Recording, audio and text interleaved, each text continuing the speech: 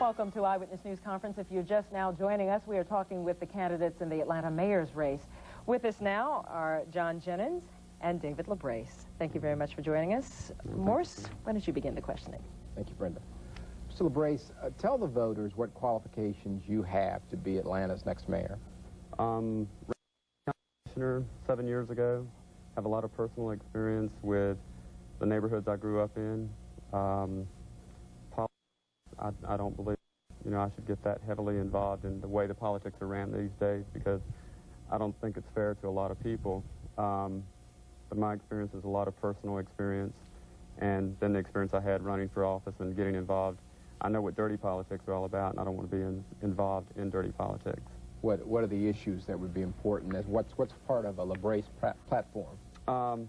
60 years and older. I don't believe you should have to pay school taxes. There's a lot of elderly people out there that they need every dime they can get their hands on.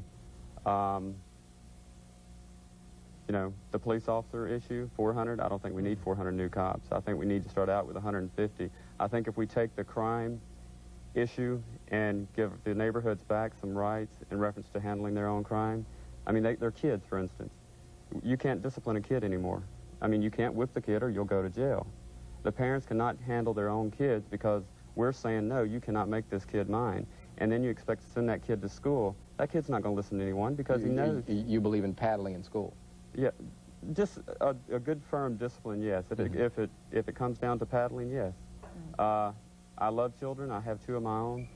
But there comes a time when you have to put discipline to that kid and let them know that you are the boss. And you can't run around cussing people out. I was at Inman Middle School. I adopted my little sister. A little boy out and out cussed one of the teachers out while I was there. And there's no reason for a child to treat an adult like that. What did the teacher do? Well, the student left the school. He ran out of the school. The teacher told him she would handle him. Okay, Mr. Jennings, tell the voters about your back. Mr. Librace, let's go back to public safety for a minute if we can. A lot of the candidates, major candidates we've called them, the public office holders at this point, have talked about redeploying, a better use of the police department. What do you think about that? Should our police department be working differently? Definitely. I've been down to the police department. I've also been down to the city jail.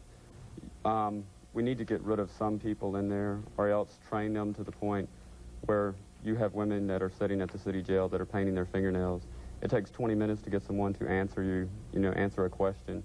You have a gentleman in there reading a newspaper. I went up there 2 weeks ago, and it took literally 20 minutes with them walking around, eating lunch. And if they're on their lunch break, they can still get up and, say, may I help you? With the police force, like I said, I don't think we need 400 new police officers. I think we need to give if a person would have more responsibilities, if they're handling their own money, they're going to take an initiative to know how that money's handled. The neighborhoods, give them more rights, give special benefits and tax breaks to the neighborhoods who actually get out and fight the crime. The only crimes that exist are the crimes that we let exist. One of the biggest things is discrimination.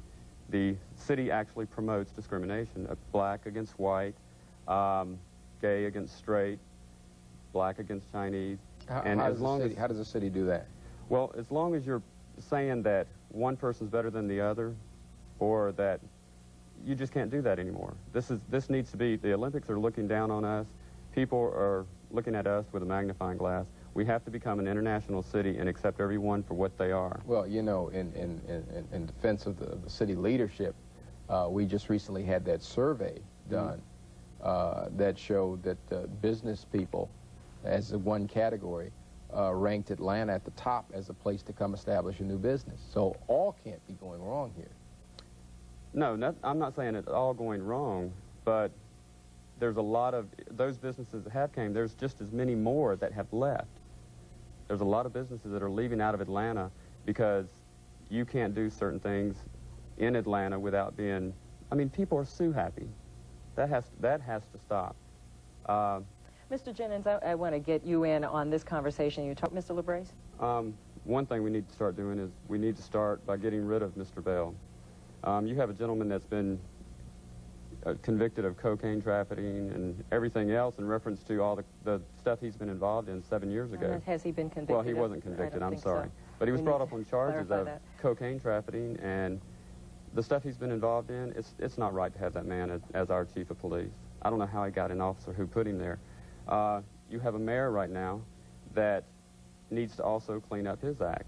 I mean, there's certain people right now that are in office that owe $70,000 in back water bills. Okay, I think it's important that we clarify that Chief Bell has never been brought up on any drug charges at all. That is important that we make that clarification.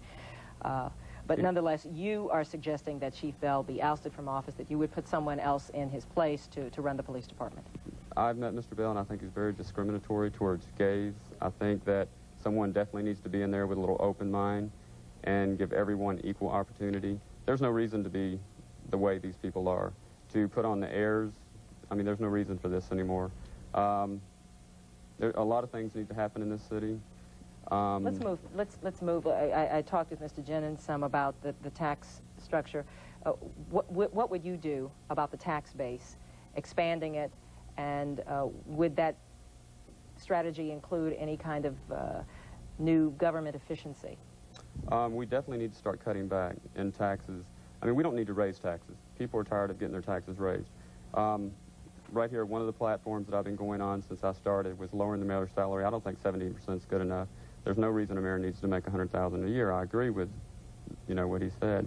30 to 40% would be efficient. To start out by showing the people that if someone's willing to make a change, and that change needs to start at the top and come down. Okay, Mr. Librace, we need to get Mr. Jennings in one more time before we run out of time. Just Mr. Librace, very quickly, who's supporting you? The Women League's voter. I've had Mount Ephraim Baptist Church. I'm getting a large support group from 30 and up, black and white, 17 and younger, black and white. Okay. A broad range, then. A broad support. range. All right. The gay community's backing me up 100%. All right, we'd like to give you each now a chance to summarize your candidacy in 30 seconds. Not much time, but that's the only way we can do it fairly. So, Mr. Librace, we begin with you. The city needs to straighten out by not discriminating against sex, race, creed, color, national origin, sexual preference, or orientation, or religious preference. I think in order for everyone to get along here, we need to start working at it. We need to give families more rights to discipline their children. There's no reason for this city to live in a prison. And you start putting up fences, there's a lot of issues, and we got to clean up and get all the dirty politics, starting with Lomax. I mean, him having his residence and his funeral home in Chattanooga, Tennessee. We're out of time on you. John